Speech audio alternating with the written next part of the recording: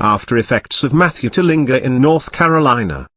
Matthew was long gone from the Atlantic coast early Monday, but the devastation lingered, most notably in North Carolina, where flooded cities tried to dry out and those downstream kept a close eye on rising rivers.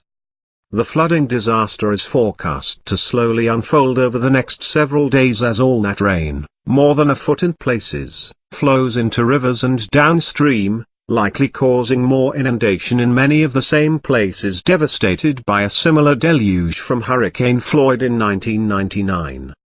Thousands of people found themselves suddenly trapped in homes and cars during the torrential rains.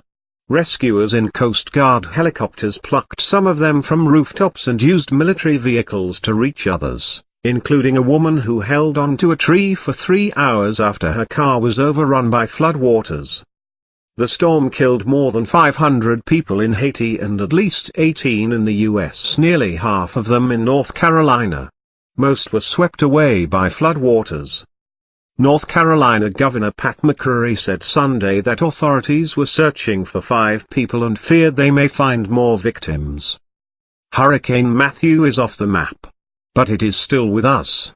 And it is still deadly, McCreary said. Prince Eville, a town of 2,000 that disappeared in the waters of the Tar River during Floyd, was evacuated Sunday as the river was expected to rise to 17 feet above flood stage by late Monday, a level not seen since Floyd.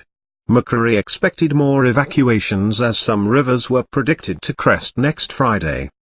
David Bullock's sister called him as he bought lottery tickets to tell him police were knocking on doors saying they had to go.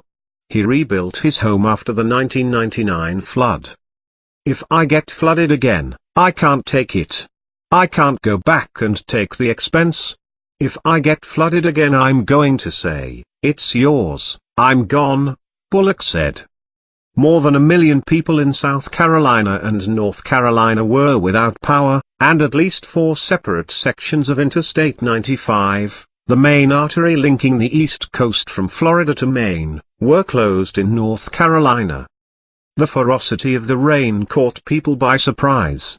Ezekiel Crow, 10, escaped the floods in Fayetteville on Saturday with his parents and 7 brothers and sisters when a police boat plucked them from an apartment as the waters rose. "I was scared. I was scared. And I thought the world was going to end.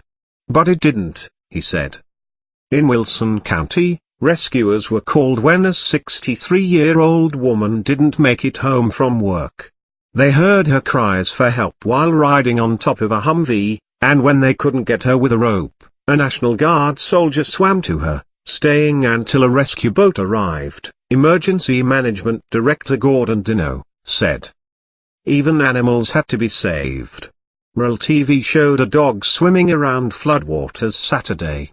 McCreary said he and his wife were riveted by the coverage and relieved to find out from the Coast Guard that the dog managed to get into a tree and they rescued it.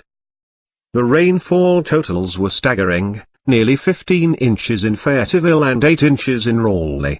McCreary warned that cities along rivers in eastern North Carolina needed to be prepared for days of flooding. The Lumber River in Lumberton was 4 feet above its record level Sunday afternoon and was forecast to remain there for at least 5 days.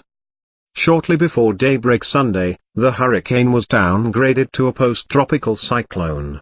As of 2 p.m. EDT, the storm was centered about 150 miles east of Cape Hatteras, North Carolina, moving out to sea.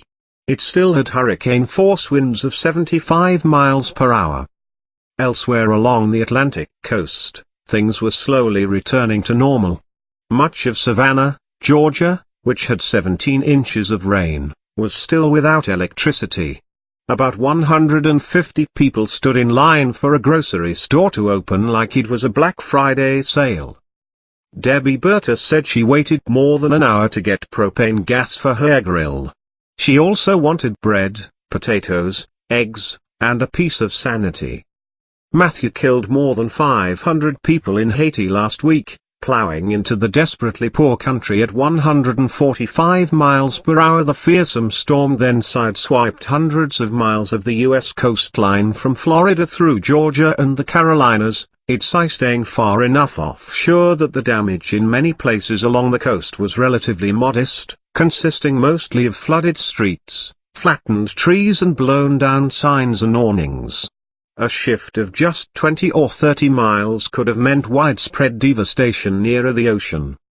An estimated 2 million people in the southeast were ordered to evacuate their homes as Matthew closed in.